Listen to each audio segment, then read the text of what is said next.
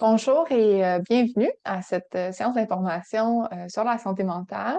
Mon nom est Catherine Garou-Blanchard. Je vais être avec vous pour la prochaine, les 20-30 prochaines minutes environ pour discuter d'un sujet que je trouve assez intéressant, dont on parle de plus en plus, qui est par rapport aux limites. Donc, comment est-ce qu'on peut fixer des limites, les établir, mais également les faire respecter? C'est une amorce de réflexion, je pense qu'on peut avoir ensemble là, au cours de la prochaine demi-heure. Donc, comme j'ai dit, mon nom est Catherine. Ma formation est en travail social. Je vous rejoins aujourd'hui à la CSM, donc l'Association canadienne pour la santé mentale. Sans plus tarder, là, on va commencer à aborder notre sujet du moment. Donc, comme je le disais, quels sont les comportements qui vont favoriser l'établissement de limites? C'est un sujet qui est, je vous le mentionnais il y a un instant, là, de plus en plus discuté. Il y a plusieurs raisons à ça. Entre autres, on peut penser aux changements qu'on a eus dans les dernières années dans nos milieux de travail, principalement. Il y a eu beaucoup de changements là, qu'on peut associer principalement à la pandémie à laquelle on a fait face. Ces changements-là sont aussi en lien avec nos modes de communication, nos modes de travail. Donc, je ne sais pas si vous l'avez remarqué, si vous l'avez ressenti de votre côté, le fait qu'il y a beaucoup de personnes qui ont expérimenté, soit de façon temporaire ou maintenant de façon permanente, soit le travail virtuel à la maison, ou bien un mode de travail qui est plutôt hybride, ben, ça fait en sorte que le monde du travail et notre vie personnelle sont peut-être plus aussi hermétiques qu'ils l'étaient auparavant. Donc, on peut peut-être penser à une époque à laquelle on travaillait uniquement là, dans un bureau, on faisait notre 9 à 5, quelque chose d'assez classique. C'était peut-être plus facile pour nous de faire la coupure avec le travail quand on revenait à la maison. Maintenant, on peut imaginer que si on travaille dans un environnement bon, hybride ou virtuel, qu'on est chez soi, mais qu'en même temps, on peut recevoir des communications ou des demandes du travail, ben, ça nous demande parfois un effort un petit peu plus soutenu et conscient pour soi-même établir des limites. Et on ne sait pas nécessairement toujours comment le faire, on n'est pas non plus toujours confortable, hein. Il peut y avoir des préconceptions là, qu'on a par rapport à qu'est-ce que ça représente d'établir des limites. Des fois, c'est vu un peu négativement. Donc, c'est ça qu'on va explorer ensemble aujourd'hui. À quoi on fait référence là, quand on parle de limites et de bien-être? Comment on peut faire des liens entre ces deux environnements-là? Ben, la première chose qu'il faut se rappeler, c'est que fixer des limites, c'est nécessaire, c'est essentiel pour notre bien-être, pour notre santé mentale, que ça soit au travail ou dans notre vie personnelle. Pourquoi je disais il y a un instant que parfois c'est vu négativement, c'est qu'on peut avoir l'impression que fixer des limites, ça veut dire non tout le temps.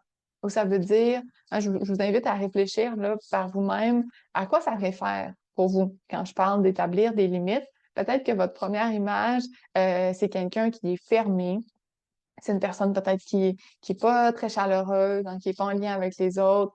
Comme je le disais, quelqu'un qui dit constamment non ou qui met des barrières, qui ferme des portes. Donc, c'est peut-être pas une image qui est très, très positive. Donc, on va essayer de déconstruire un peu cette idée-là ensemble que de mettre des limites ou de les établir, de les faire respecter, c'est de dire non tout le temps. En fait, on peut essayer de le voir différemment puis comprendre que quand on établit des limites, c'est à la fois une façon de protéger notre énergie, notre temps, notre bien-être, notre santé mentale, mais aussi de faire une faveur à l'autre parce que quand nos limites ne sont pas claires, ben, c'est plus facile pour l'autre personne ou les autres personnes de les transgresser, parfois sans nécessairement avoir une mauvaise intention ou sans s'en rendre compte. Donc, c'est vraiment un travail qui se fait en collaboration quand on parle d'établir des limites. Moi, je vais devoir, en premier lieu, déterminer quelles sont mes limites, en prendre conscience, les clarifier, puis ensuite les exprimer aussi clairement aux autres. Donc, comme je le disais, ce sont des décisions là, qu'on va prendre et qui vont nous permettre de protéger à la fois notre temps, notre énergie, mais aussi notre humeur. Faut se rappeler que quand on dit non à quelque chose, c'est aussi une façon de dire oui à autre chose et vice-versa. On peut pas tout faire, on peut pas tout avoir. Donc, si moi, je prends la décision, par exemple, de répondre à des messages de mes collègues ou des courriels de clients après les heures de travail ou la fin de semaine quand je suis en congé, ce oui-là que je dis en répondant à la demande, ben, ça m'amène à dire non à d'autres choses. C'est-à-dire que je dis inconsciemment peut-être non à du temps de qualité avec ma famille ou non à des moments de repos où mon cerveau est pas en train de penser au travail ou de répondre à des demandes. Fait que vous voyez que c'est peut-être un petit peu plus nuancé que ce qu'on croit habituellement. Et donc, en disant non à certaines choses, par exemple, en disant non, je ne vais pas répondre à des courriels qui arrivent après telle heure le soir ou à des courriels, par exemple, que je recevrai la fin de semaine, mais ça me permet de dire oui à d'autres choses. Et ces oui-là, ils peuvent être très, très importants en termes de bien-être, de santé mentale. Donc, on peut penser à des relations sociales, à toutes les activités que vous faites qui vous font du bien, mais aussi à des choses là, un peu moins concrètes, comme par exemple la satisfaction, la fierté d'avoir respecté ses limites. C'est un petit peu moins concret, mais ça fait aussi partie là, des bénéfices qu'on peut ressentir. Il y a des conséquences à ne pas établir et ne pas respecter ses limites, qu'elles soient émotionnelles, mentales ou même physiques. On dit par exemple là, qu'en termes de statistiques, c'est une personne sur 4 au Canada qui vit un burn-out, une situation de burn-out au travail, donc d'épuisement professionnel. Une personne sur 4, vous en conviendrez, c'est assez élevé. Donc, ça a un coût aussi sur nos sociétés, sur nos milieux de travail, pas juste en termes de bien-être individuel, mais aussi vraiment dans le monde dans le monde du travail, dans les entreprises, les organisations. Ben, si les personnes se retrouvent en situation de burn-out, finalement, il n'y a pas eu tant de bénéfices à dépasser ces limites. Donc ça aussi, c'est peut-être une fausse conception qu'on peut avoir de se dire: «Ah ben je vais continuer à travailler, je vais travailler plus fort parce que, il y a une grande charge de travail qui repose sur mon équipe en ce moment, parce qu'on a des délais très serrés pour la remise d'un projet» et cetera. Mais on mesure pas qu'en essayant de donner plus, ben on est peut-être en train d'enlever, notre force de travail ou du travail de qualité qu'on pourrait faire dans notre entreprise si on se retrouve en situation d'épuisement, professionnel. Donc, pourquoi est-ce que c'est important de prendre conscience des limites et de travailler à les construire et les faire respecter? Entre autres, ben, parce que ça nous permet de mieux négocier ou mieux vivre avec ce désir-là qu'on peut avoir d'être toujours prêt, d'être toujours disponible, d'être toujours rejoignable. C'est quelque chose qui peut être très tentant, c'est valorisé également dans la société, dans le monde dans lequel on vit, d'être tout le temps disponible, de répondre très, très vite. Ça nous fait peut-être sentir comme une personne très efficace, très productive. Mais si on clarifie quelles sont nos limites, ben, ça nous permet de tempérer peut-être un peu ce désir-là d'être toujours prêt à répondre aux autres. Ça nous permet aussi, comme je le disais, de faire une séparation plus claire entre le travail et la vie personnelle, de réduire le stress, bien évidemment. Et également, ça nous permet aussi de mieux gérer notre charge de travail ou d'essayer de s'éviter d'en avoir trop en même temps. Vous vous êtes peut-être retrouvé un moment ou un autre dans une situation où vous regardez votre calendrier, vous regardez votre agenda ou votre téléphone, là, vous recevez plein de messages, puis vous vous dites: «Oh mon Dieu, comment je me suis retrouvée à avoir à être aussi dépassée, hein?» À avoir une montagne, là, de tâches, de choses à faire, de rendez-vous, de choses dans lesquelles je me suis engagée, tout en même temps. Donc si on apprend à mettre nos limites, ça nous force aussi à réfléchir à chaque fois qu'on reçoit une demande à: «Est-ce que j'ai, par exemple, le temps, l'énergie, d'y répondre?» Donc tout ça, ce sont toutes des choses là, qui nous permettent de contribuer à notre propre bien-être et de prendre soin de nous. Donc ça nous amène à faire preuve de plus de compassion à notre égard, hein, de reconnaître nos limites comme valides, comme normales et de se répondre avec plus de douceur, plus de gentillesse versus une optique où on se demande même pas quelles sont nos limites et on va juste comme empiler les tâches ou simplement répondre oui à tout le monde là, de façon un petit peu plus réflexe. Donc, à quoi ça peut ressembler ces limites-là? Ben, quand on parle de limites un petit peu plus liées à la technologie, ça peut être par rapport à l'utilisation des courriels, du téléphone, des applications sur lesquelles on reçoit des messages. Donc, on peut mettre différents types de limites. Hein, ça peut être Moi, il y a des personnes que je connais qui désactivent les notifications pendant des moments où ils veulent rester concentrés, ils veulent pas être dérangés. Donc, c'est des choses assez simples là, qu'on peut intégrer dans notre téléphone ou même des fois dans des applications là, qu'on va utiliser au travail. Ça peut être aussi des limites reliées au temps. Donc, mettre des délais ou des limites de temps sur des tâches reliées au travail. Comme je le disais, là, ça peut être de déterminer, par exemple, des heures de travail ou un délai de réponse pour nos courriels. Et ça peut être aussi plus des limites liées aux émotions. Et celles-là, peut-être qu'elles passent plus sous silence ou elles sont plus difficiles à voir, mais elles sont tout aussi importantes. Donc, est-ce qu'il y a une personne, par exemple, dans ma vie qui me demande beaucoup, beaucoup d'un point de vue émotionnel?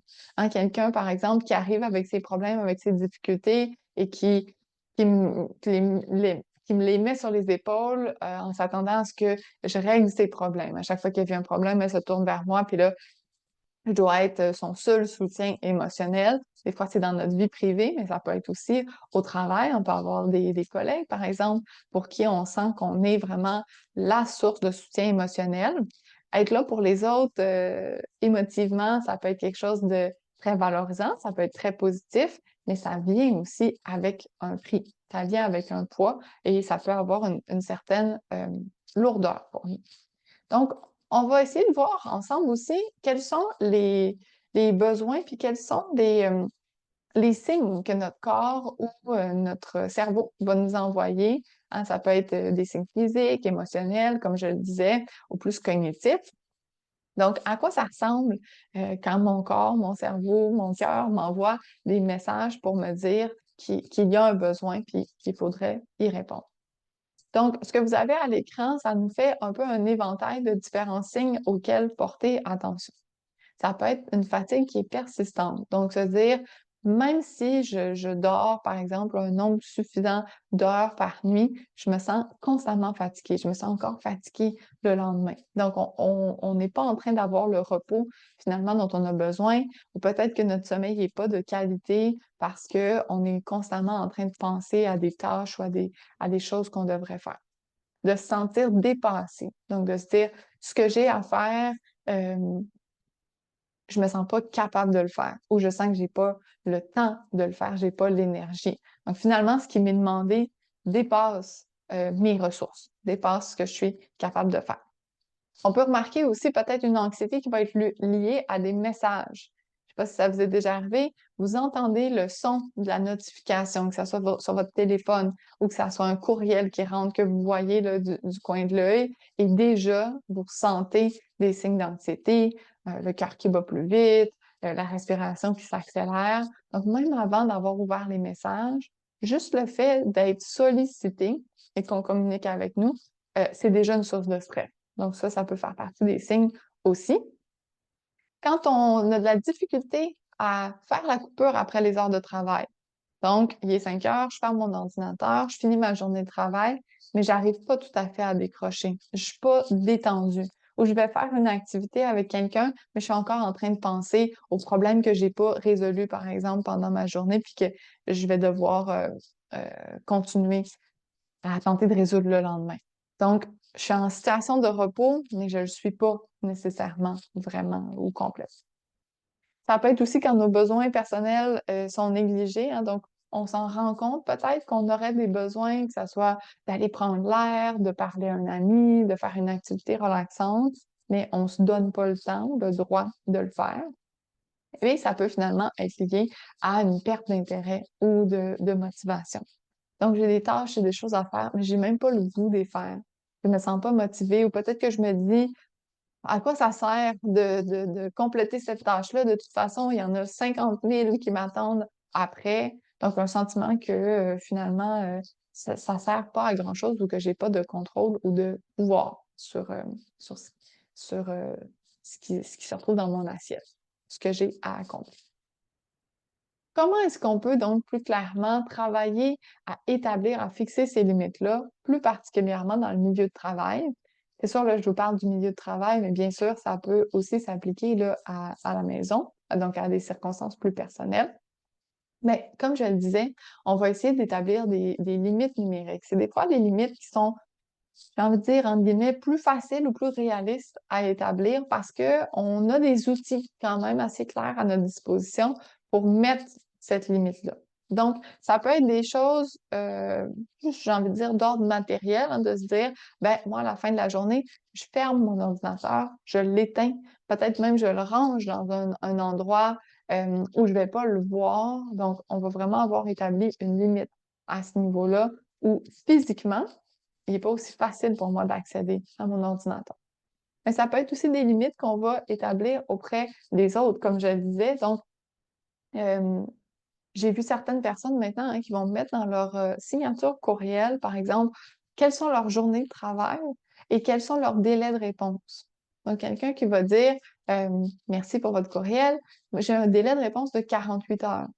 Donc, si je vous ai pas répondu d'ici 48 heures, c'est pas nécessaire de me relancer. La réponse va venir. Mais moi, je me donne ce délai-là de 48 heures pour pas vivre le stress de aussitôt que je reçois un message, je dois y répondre rapidement. Et là, ça peut me causer de l'anxiété euh, et d'autres émotions ou sentiments plus difficiles. Donc, ça, c'est des exemples de choses qu'on peut faire pour établir des limites qui vont être plus d'ordre numérique. Et on peut les faire connaître par les autres, entre autres, là, comme je disais, en enlevant les notifications. Moi, si j'écris à quelqu'un qui a désactivé ses notifications, ben, je le vois déjà. Donc, ça m'envoie immédiatement un signal que cette personne-là, elle me répondra probablement pas rapidement et c'est correct. Donc, en désactivant nos notifications, c'est aussi un moyen de dire aux autres, je ne suis pas disponible en ce moment. Ça peut être aussi de le mettre dans notre calendrier. Donc, si vous utilisez un calendrier électronique auquel vos collègues ont accès, ben, ça peut être un bel outil aussi de bloquer du temps. Donc, de dire, ben, pendant cette heure-là, je suis pas disponible parce que je fais de la rédaction, par exemple, ou parce que je lis un rapport que j'ai pas eu le temps de lire et donc je ne veux pas être dérangée. Je vais vous répondre après. On veut communiquer également nos préférences en termes de communication, en fait. Donc, quand on a des manières préférées pour que les gens communiquent avec vous, ben, avec nous, on peut les nommer d'emblée. Donc, leur dire, ben, moi, le courriel, c'est le moyen le plus facile de me répondre. C'est par écrit. Donc, comme ça, j'ai pas le stress d'oublier la conversation qu'on a eue. Je peux classer mes courriels de façon à voir quelles sont les demandes les plus urgentes et puis je peux répondre dans tel ou tel délai. Donc, de dire à l'autre personne finalement, c'est quoi la meilleure façon de communiquer avec nous. Et ça devient aussi un outil de gestion hein, pour nous, comme je le disais, de mettre un ordre de priorité, ben, de voir que j'ai plusieurs courriels, oui, auxquels je dois répondre, mais qui sont dans mon dossier pas urgent, pas prioritaire, ça peut aussi aider à faire baisser la tension versus, là, j'ai 12 courriels qui me regardent, qui attendent que j'y réponde dans ma boîte courriel. Là, ça peut devenir un peu plus anxiogène. On veut aussi que nos pauses soient intentionnelles. Donc, ce qu'on veut dire par là, c'est on veut éviter, en fait, qu'on se retrouve à la fin de la journée et réaliser j'ai pris aucune pause dans ma journée, j'ai pas pris le temps de me reposer. On le sait que le rythme de travail est rapide, la vie va rapidement. Donc, un des bons moyens qu'on peut avoir, c'est, comme je le disais, de les mettre au calendrier. Si je veux faire du yoga sur l'heure du dîner, ben, c'est une bonne idée des fois de m'inscrire à un cours. Comme ça, je sais que j'ai pas le choix. Ben, j'ai le choix, mais je choisis de m'engager finalement et d'y aller. Euh, Ça peut être simplement de mettre des moments, de se mettre une alarme sur le téléphone qui, à chaque, je sais pas combien de temps, à chaque 2 heures, qui va nous mettre une petite alarme pour nous dire, ben, ça serait le moment simplement des fois de te lever, de s'étirer un peu, de faire un peu de mouvement, de regarder par la fenêtre, donc de plus être devant l'écran. Ces outils-là technologiques, ils peuvent être envahissants, mais ils peuvent aussi être d'une grande aide pour nous quand on les utilise à bon escient. Il faut aussi réfléchir au type de pause qu'on prend. Là, je parlais de d'éviter les écrans ou les technologies. C'est sûr que si je passe ma journée devant un écran d'ordinateur, je vais essayer de ne pas prendre mon téléphone et d'aller sur les réseaux sociaux pendant que je prends ma pause. Puis après ça, à la fin de ma journée, ben là, je vais m'asseoir devant la télévision et regarder un film. Ça se peut que ça soit ça notre désir ou notre besoin, mais c'est quand même bon de se donner un peu de variété, puis de se dire, mais ma pause, peut-être que mes yeux auraient besoin d'un peu de repos par rapport aux écrans, ou de se demander de quoi j'ai besoin. Est-ce que j'ai besoin d'un moment vraiment de détente où je vais aller prendre une marche toute seule, je vais être tranquille, je vais me vider l'esprit? Ou au contraire, est-ce que là, j'ai besoin de socialiser, je vais me planifier une pause café avec des collègues où on va discuter, on va rire, ça va me redonner de l'énergie. Donc, c'est d'être capable aussi de déterminer là, qu'est-ce qui va me faire du bien et qu'est-ce qui va me prendre plus d'énergie que d'autres choses dans mes pauses. Je vous laisse avec une réflexion. Donc, j'aimerais vous proposer que vous réfléchissiez à une stratégie pour définir et implanter vos propres limites. Donc, c'est quoi vos limites? Essayez de penser à comment est-ce que vous pouvez les définir et comment vous pouvez les fixer. Puis on va aller dans le court terme, cette semaine.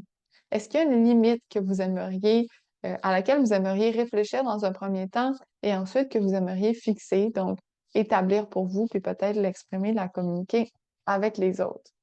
Je vous propose d'en parler à une personne, ça peut être quelqu'un dans votre vie personnelle, mais peut-être d'amorcer la conversation avec un ou une collègue et de lui dire, ben moi, voici telle limite que j'aimerais établir. Et des fois, ça nous rend un peu plus, euh, ça rend un engagement peut-être plus sérieux. Quand on le dit à quelqu'un, l'autre personne peut nous rappeler, hey, on dirait que tu n'as pas pris ta pause du dîner. Tu m'avais dit que tu voulais essayer là, dans la prochaine semaine de t'éloigner de l'ordinateur pour ta pause dîner, aller manger à l'extérieur ou prendre un moment de repos. Fait que vous voyez, des fois, ça peut être de le nommer à une autre personne et les autres peuvent nous aider peut-être à l'implanter et à la respecter. Alors, je vous invite à faire cette réflexion-là pour la suite. Sinon, ben, je vous remercie de votre présence, de votre écoute. Je vous rappelle aussi d'aller explorer tous les autres services et outils qui sont disponibles à travers le programme Ça va pas aujourd'hui. Donc, vous avez, entre autres, là, le module sur la gestion des émotions qui peut être très intéressant en lien avec les limites qu'on vient d'aborder aujourd'hui. Puis on a également un cours dans le module pour les gestionnaires spécifiquement. Donc, s'il y en a parmi vous qui écoutez, qui êtes gestionnaire, allez voir dans ce module-là, dans ce cours, il y a du contenu spécifique sur la gestion des limites. Donc, ça peut être deux choses intéressantes, mais vous pouvez bien sûr aller trouver là, toutes sortes d'autres contenus intéressants qui peuvent répondre à vos besoins pour poursuivre la réflexion là, sur l'établissement et la gestion des limites. Donc, je vous remercie encore une fois et je vous souhaite une belle fin de journée.